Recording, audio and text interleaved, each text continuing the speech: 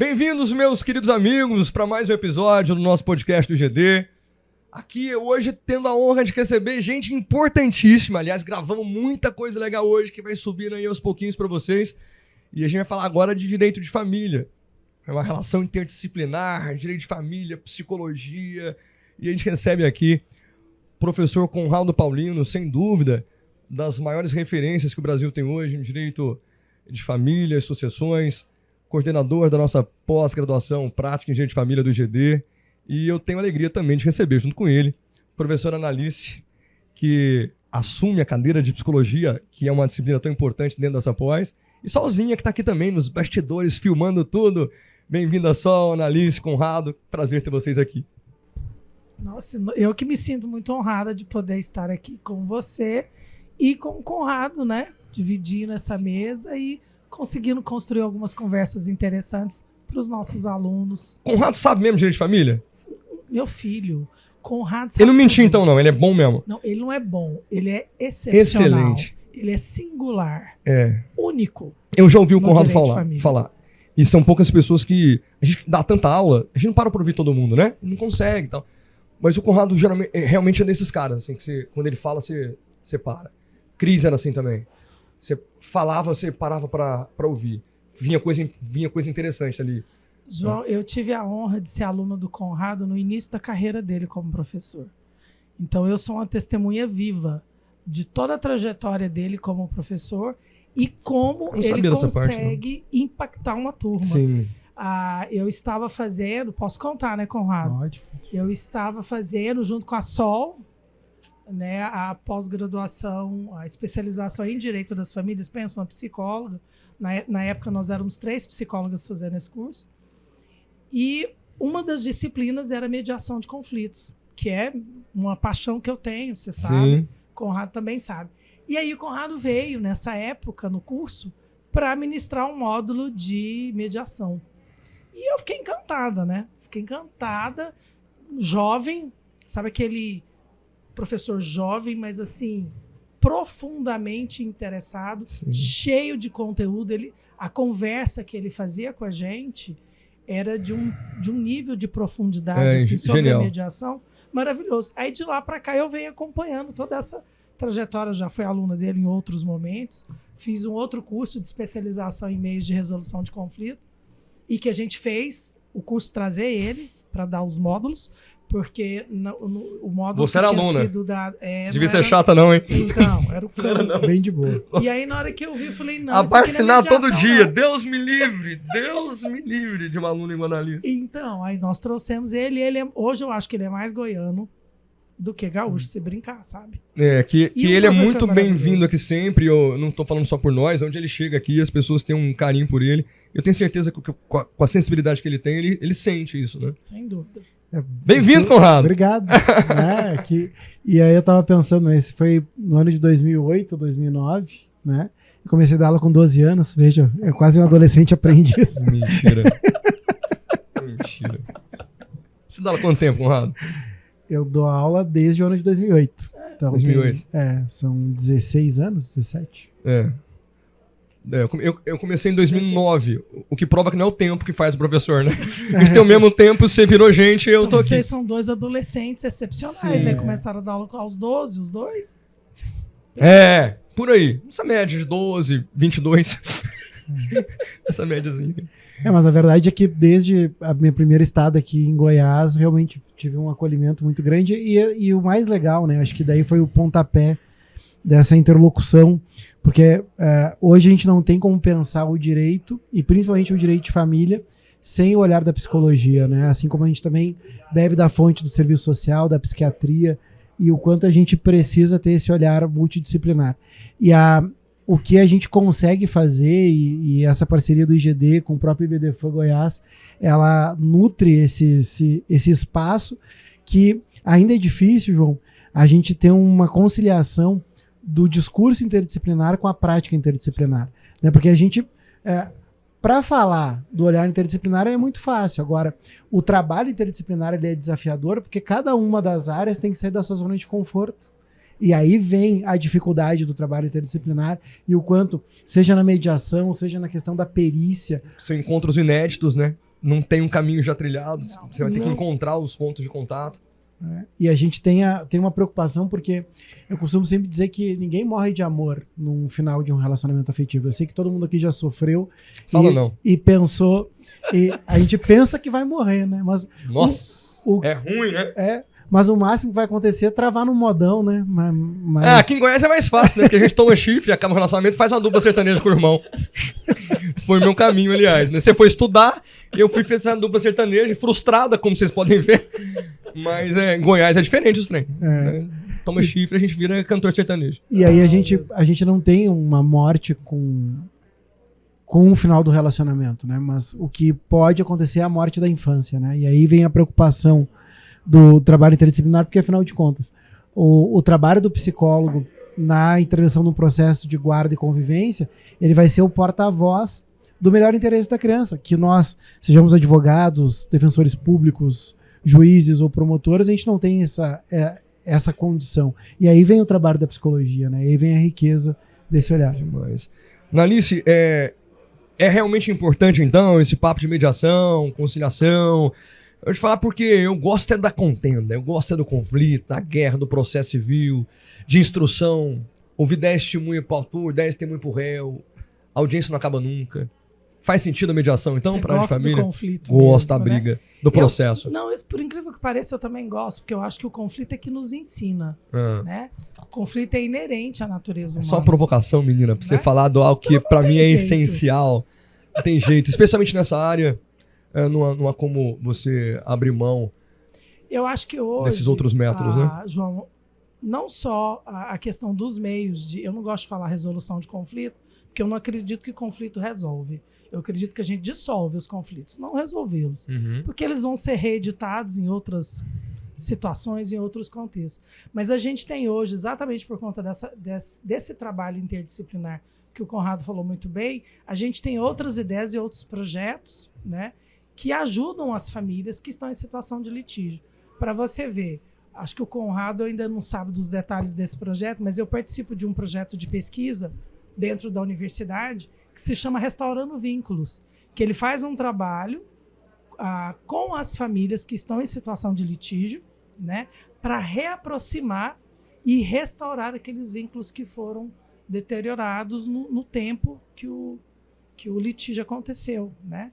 E é um projeto muito bonito. A gente tem recebido famílias via Tribunal de Justiça, via Defensoria Pública, e como esse trabalho, esse olhar do direito junto com a psicologia vem transformando as famílias.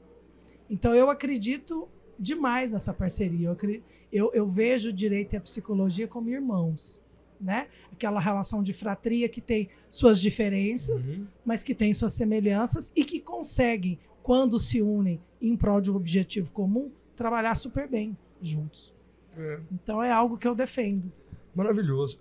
Conrado, eu sou filho de um advogado familiarista. Meu pai a vida inteira se dedicou à advocacia de família, sucessões. E eu percebi, especialmente quando a gente vai se amadurecendo, comecei a fazer o curso de Direito, que era, das áreas do direito, assim, uma daquelas que o judiciário não conseguia entrar para resolver de fato as crises, né? Em todas as outras, você, com uma decisão, você acaba, de uma forma ou de outra, por bem ou por mal, tem uma decisão, as partes recorrem. Quando entra pro lado da família, parece que se não houvesse realmente uma junção disso com outras áreas de estudo, com outros campos de atuação, a gente não conseguiria, né, Conrado, chegar num ponto de falar que realmente a gente entregou um serviço de qualidade pro jurisdicionado, ou seja, para as partes que buscam o advogado, né? Até porque a gente lida em um ambiente de não desejo de frustração, né? Todo mundo que está ali não gostaria de estar, porque ninguém começa um casamento querendo acabar. Sim. Na questão dos inventários, tu está lidando com o luto, que até eu costumo dizer que as pessoas vão do luto à luta, né? Ou seja, eu substituo aquele sofrimento pela vingança, que é o que acontece também na dissolução afetiva. E, em verdade, tu tá lidando com a insatisfação. E a sentença, ela não determina ganhador e perdedor, porque todo mundo se sente perdedor. Sim.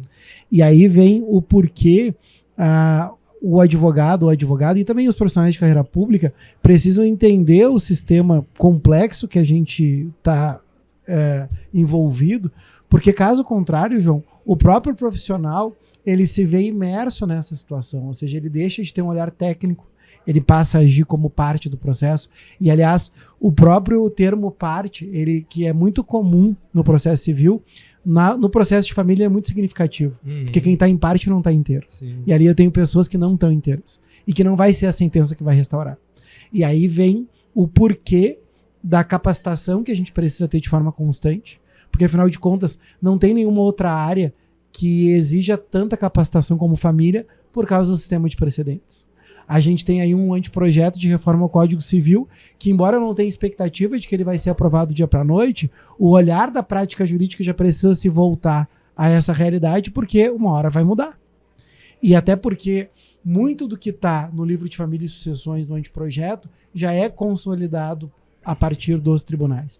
E aí o que a gente precisa entender é que todo aquele que trabalha com intervenção em família precisa ter o compromisso da capacitação como um preceito ético. Porque se qualquer pessoa, vamos tirar do direito, vamos para a medicina, quem tem agora um familiar com problema de saúde, vai querer o profissional com melhor atualização. Não importa o preço desse profissional, eu quero o melhor e mais atualizado. E no direito a gente também está lidando com vida.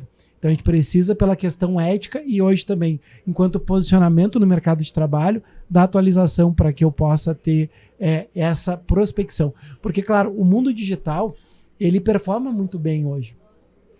Só que as pessoas acreditam que produzir conteúdo é a única forma de eu alcançar a clientela. Não. Produção de conteúdo, ele pode te dar visibilidade, mas o que tu precisa é do investimento no off para que tu tenha autoridade, porque o número de seguidores não necessariamente traz autoridade de conhecimento. Até porque o próprio Byung-Chul Han, ele fala que hoje a gente vive numa sociedade de informação e não necessariamente nós somos uma sociedade de formação. E aí o que a gente precisa é investir nisso, investir em conhecimento, porque daí a gente alimenta um ciclo que realmente ele é virtuoso. Maravilhoso. E eu tenho visto esse movimento na parte da educação, não é porque há muito acesso à informação que as pessoas estão informadas de fato. Porque há uma profusão de tudo. Hoje você abre um YouTube e você tem acesso a qualquer tipo de palestra já feitas em grandes eventos, aulas suas abertas, todo mundo.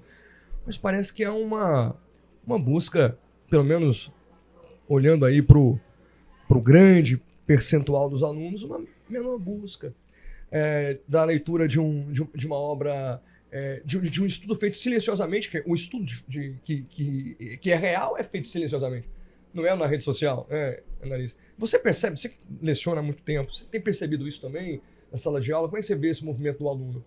Eu vejo um desinteresse muito grande, não sei se é porque eu sou uma apaixonada pelos livros e eu gosto do livro físico em si.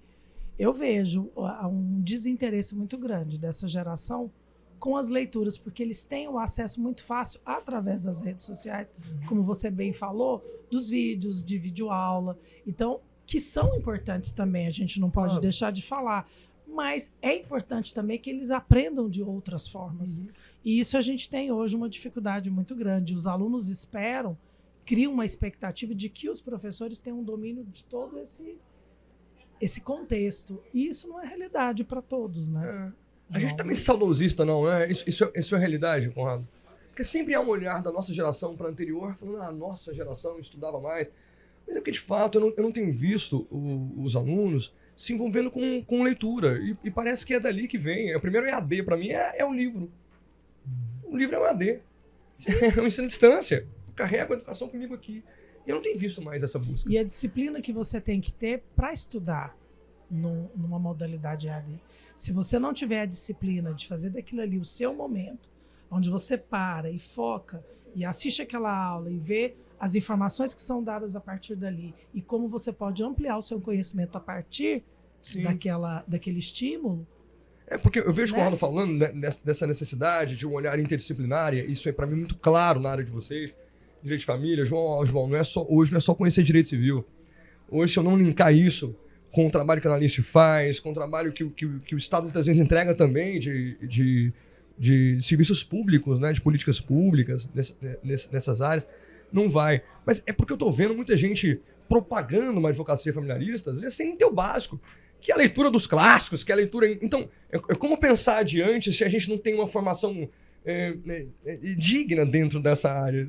Eu não sei se eu estou falando isso, Conrado, porque a gente vai ficando também com esse olhar meio saudosista, né? Geração Lee, essa hoje não lê. Mas há estudos da BBC, inclusive, dizendo que é a primeira vez que o QI do filho é melhor que do pai. E vinculando isso à quantidade de tela e tudo mais.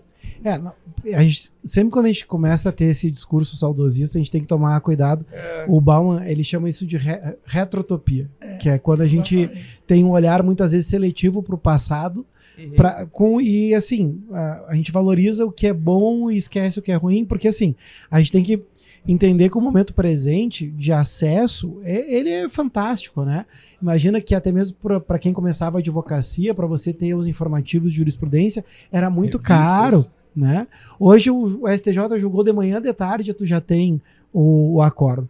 Mas é claro... Mas não lê. Mas a gente tem essa deficiência e é cada vez mais preocupante, porque não há leitura de livro, nós estamos num sistema de precedentes que as pessoas não leem acórdão, as pessoas não leem ementa, hoje as pessoas acham que... o enunciado da súmula... Vai lá, tem o resumo do site que vai resolver. Bom, vocês não têm noção, a cada vez que o STJ tem julgamento de precedente, ou agora que teve a resolução 571 do CNJ, que foi até resultado de um pedido de providências nosso do IBDFAN, para que o extrajudicial possa ter mais força, basta ter um movimento desse para que o meu direct no Instagram comece a bombar as pessoas assim, ó, professor, faz um vídeo sobre isso. Ou seja, as pessoas, elas não querem ler, elas querem que alguém resuma em 1 minuto para não perder o engajamento. Isso é preocupante. Então a gente precisa entender que, como tu bem falou, eu preciso desse momento do EAD lá, que é o livro, para que eu possa formar meu convencimento. Como é que eu quero ser um profissional de ciências jurídicas e sociais, sendo que eu não formo meu pensamento, eu vou aderir ao pensamento de uma outra pessoa, né? Isso é muito preocupante. Você vê que coisa interessante? Você viu os autores que o Conrado citou até agora? Sim. Ele citou 2, Bauman e Ben-Shui, né? Ben-Shui. São autores maravilhosos e que traz um contexto pra gente de mundo desse momento contemporâneo que a gente está vivendo hoje, que é fantástico. Você vê, eles não são do mundo do direito em tese, mas o Conrado, ele tem essa capacidade de articular esses pensamentos a partir desses pensadores com o dele e traduzir e criar a conversa com o direito. Então, essa para mim é que é a genuína postura interdisciplinar. Você você sai do seu casulo, você vai descobrir o mundo, você pega as coisas que são diferentes e você amarra com a tua história, com a tua prática.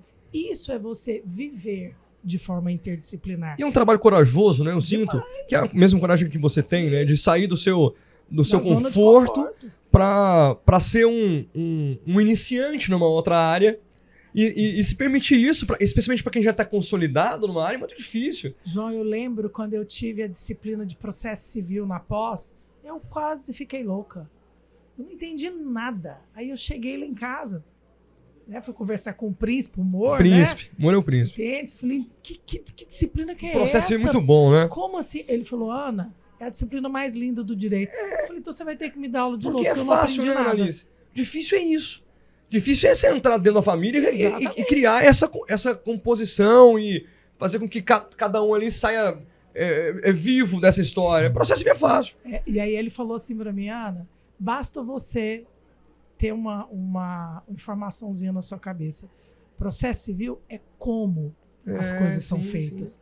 Então vai com esse olhar, que é o olhar que você utiliza na terapia. Você não quer entender como que as coisas chegaram naquela situação daquele casal, é o mesmo raciocínio, só que você vai usar uma outra linguagem. Percebe como é importante você estar com pessoas que têm essa conversa interdisciplinar, ou seja, já está internalizado na vivência. Não é discurso somente da boca para fora, é vivência, é experiência de vida. E isso é fundamental. Então, e é o módulo que você toca na pós, né? Total. É a conversa, assim, eu fiquei muito feliz com o convite do Conrado e seu de fazer parte dessa pós, porque foi um desafio para mim. Uma coisa é eu dar aula para a comunidade que eu estou acostumada, a psicologia. Outra coisa é você ir para outra desafiador comunidade. Demais. Como, né? Vulnerável. Você está falando com um público que... Sim, e lidar com as expectativas, porque alguns algumas pessoas, eu não vou generalizar, têm a ideia de que a gente, da psicologia, bate o olho e consegue deduzir o que a pessoa Eu tenho isso aí. Então, Eu sou essa pessoa. Não é assim. O que a gente tem de diferente é uma capacidade de fazer uma escuta que linka fatos. Uma escuta assertiva. Exatamente. Ativa e genuína. Eu acho muito massa as palavras que eles usam, porque convence a gente mesmo. Exatamente. Né? E às vezes você vai nessa turma da psicologia, 1 hora com eles não falam nada. Não, eu só quero te ouvir. Eu falei, mas não ouvir não adianta. Eu vim aqui pra você me dar a solução. Então já falei pra você. Se você quiser um dia me ouvir, me dar a solução em 3 sessãozinhas, não, eles querem ficar 5 anos com a gente, conversando, e deita a gente, fala e chora. Então. Aí você chora, o máximo que eles fazem é te dar um lenço. Você não vai me acolher. Na minha dor, mas não. o lenço, o ato de entregar o lenço, é um acolhimento. Aí, que linda. É uma forma de acolher as lágrimas e a dor. Eu gosto das que dão chocolate. Tem umas que dão doce. Quando você começa. Você entendeu? Não, eu oferto lencinho mesmo. A importância desse módulo, Conrado, nessa pós. É porque o Conrado construiu essa pós com todos os temas modernos. Ela tem processo, ela tem a parte do contencioso também, porque os processos estão aí, a gente tem que saber atuar neles também, de maneira mais assertiva possível. Mas as novidades, esse toque que é seu, Conrado, eu queria que você falasse disso, assim. Que na verdade a gente... torna essa pós diferente das outras. Tanto que a gente tem um módulo que é sobre tutela das vulnerabilidades, né? Exato. Porque tu tem... A gente tem na família uma teia de vulnerabilidade, de gênero, de idade, das características, ou seja... Então, a gente tem a necessidade de um profissional que ele consiga saber que as relações já mudaram, e até mesmo a questão do mundo digital, não só na questão da formação da família. Bom, eu lancei um livro em 2013 dizendo que a família podia ser à distância, que eu chamo de iFamily, né? E que lá todo mundo, isso não existe. Veio a pandemia, todo mundo lembrou de uma frase que eu escrevi lá muito antes, que eu dizia que distância física não é distância afetiva, né? Que eu posso ter um vínculo de distância, um vínculo afetivo à distância, assim como tem casais que dormem na mesma cama e estão a quilômetros um do outro, né? Então a gente precisa, e a pós, acho que ela é muito rica por isso, de permitir esses novos temas e assim, com pessoas que realmente trabalham com família e sucessões, né? Ou seja, não é alguém que cai de paraquedas, não, é alguém que tem a aderência que está no dia a dia e que a gente tenha certeza que o projeto da pós, ele não é um projeto comercial, ele é um projeto que ele proporciona transformação, ou seja, a gente está possibilitando que os profissionais de carreira jurídica do estado de Goiás e de outros estados, que a gente já teve aluno de outros estados também, que eles possam ter um agir transformativo na vida das pessoas, né? É isso. E é isso que a gente leva, né? Caixão não tem gaveta, então o que a gente está aqui é para transformar a vida dos outros. Embora seja o nosso meio de sobrevivência, a gente tem uma lógica muito mais de missão. Eu acho que é muito mais missão de vida, e eu vejo que a gente consegue concretizar isso na nossa pós.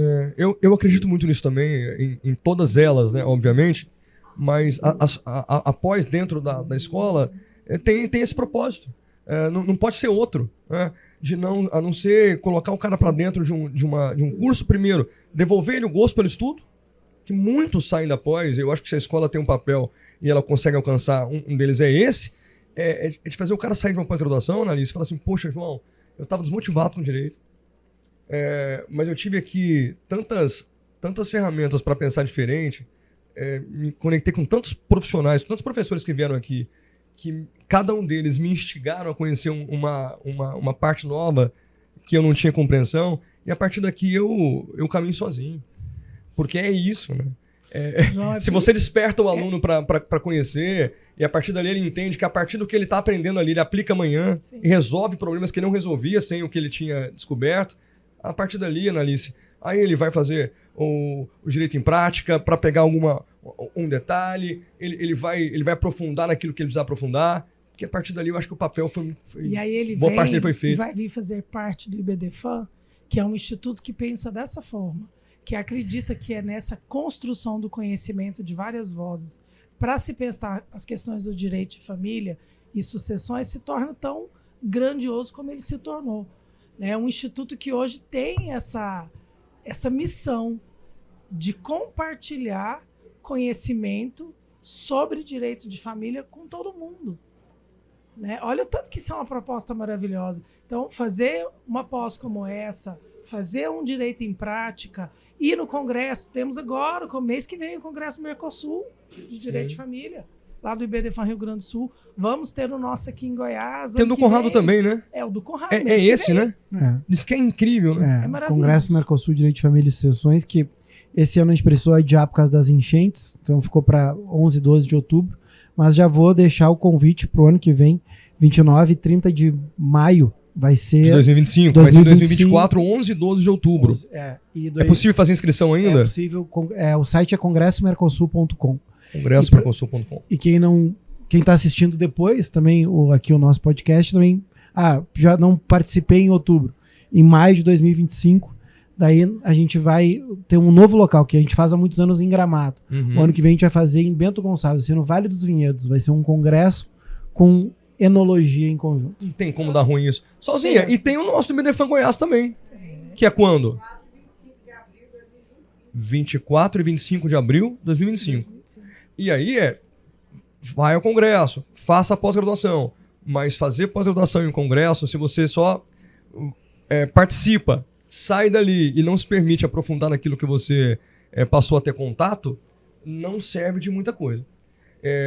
Uma pós-graduação bem feita, não é a pós-graduação que eu fui, adorei a aula da Analice, adorei a aula do Conrado e esperei a próxima aula daí a um mês. Aproveitem aquilo que é apresentado em sala e para chegar em casa e se desafiar e aprofundar um pouco naquilo, porque só pena da pós ser simplesmente um bom tempo que eu passei no GD e a gente não quer que o aluno saia de lá com essa impressão. Para que ela realmente seja uma pós prática, desafie, colocar na sua prática aquilo que a Analice falou. Desafia colocar na sua prática o que o Conrado falou, porque a partir daí realmente as coisas vão... Eu falo de jeito muito grato com aquele que estuda, porque sempre aconteceu comigo. As poucas coisas que eu fui estudando, a vida foi me dando oportunidade de aplicar aquilo que eu aprendi. E eu falo para os meninos após, para que realmente seja um investimento aquilo que você paga de mensalidade. Não é custo mais para você, é investimento na sua atividade profissional, no seu cliente, na prestação do serviço que você se propõe a prestar. Né, Conrado? Não, sem dúvida. E assim, ter a certeza de que eu, pelo menos, tenho duas coisas que eu invisto na vida, que é em conhecimento e outra em viagem. Que são as únicas questões que ninguém pode nos roubar. Sim. E a viagem pode parecer assim, mas é uma viagem, sim, mas a gente sempre volta diferente numa viagem, a gente sempre aprende um monte. Então, assim, eu tenho certeza também que o investimento nessas duas áreas vai voltar, né? E não só isso, né? É o que realmente transforma, né? Sim. O investimento na experiência. É tudo de bom. E tendo a chance, né, Analice, de estar com professores ali que vivenciam muito tempo e traz atalho para o aluno. É lindo isso, né? É de uma generosidade incrível. Você, Conrado, que, honestamente, podia estar só nos seus respectivos escritórios, consultórios, fazendo seu trabalho, mas essa vontade de propagar o conhecimento é uma das coisas mais bonitas e altruístas que há. Né? Então, eu acho que se a vida boa passa pela possibilidade de transformar a vida do outro, a gente escolheu uma profissão maravilhosa, a gente tem essa possibilidade de todo dia estar ali em contato com o aluno e transformando a realidade deles também, para depois outras serem também modificadas. Né? Queridos, obrigado a vocês. É tão bom. Obrigado, nós. Conrado volta agora para pós correndo, senão a gente ficaria mais tempo com ele aqui. Vai começar um som aqui agora que vai atrapalhar a gente também. Mas a gente tem, graças a Deus, a chance de tê-lo aqui conosco em outras vindas. A gente pode escolher outros assuntos, talvez com um host mais qualificado para acompanhá-los. Mas é sempre muito legal estar perto de vocês dois. Ainda que não fosse pelo conhecimento que vocês passam, simplesmente por estar tocando uma outra alma humana de muita qualidade, assim, de muito valor. Obrigado.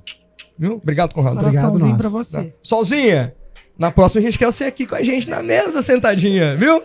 Queridos que acompanham, é sempre um prazer ter a audiência de vocês. Vocês que estão aí nas plataformas de áudio, não deixem de dar 5 estrelas aí pro nosso trabalho, para que ele se torne mais relevante, mais gente possa nos ouvir. E você que está no YouTube, deixa um comentário, um like, inscreva-se no nosso canal, para que a nossa rede cresça em qualidade e que mais gente possa ouvir os papos maravilhosos que a gente tem tido aqui. Grande abraço para vocês, até a próxima, se Deus quiser.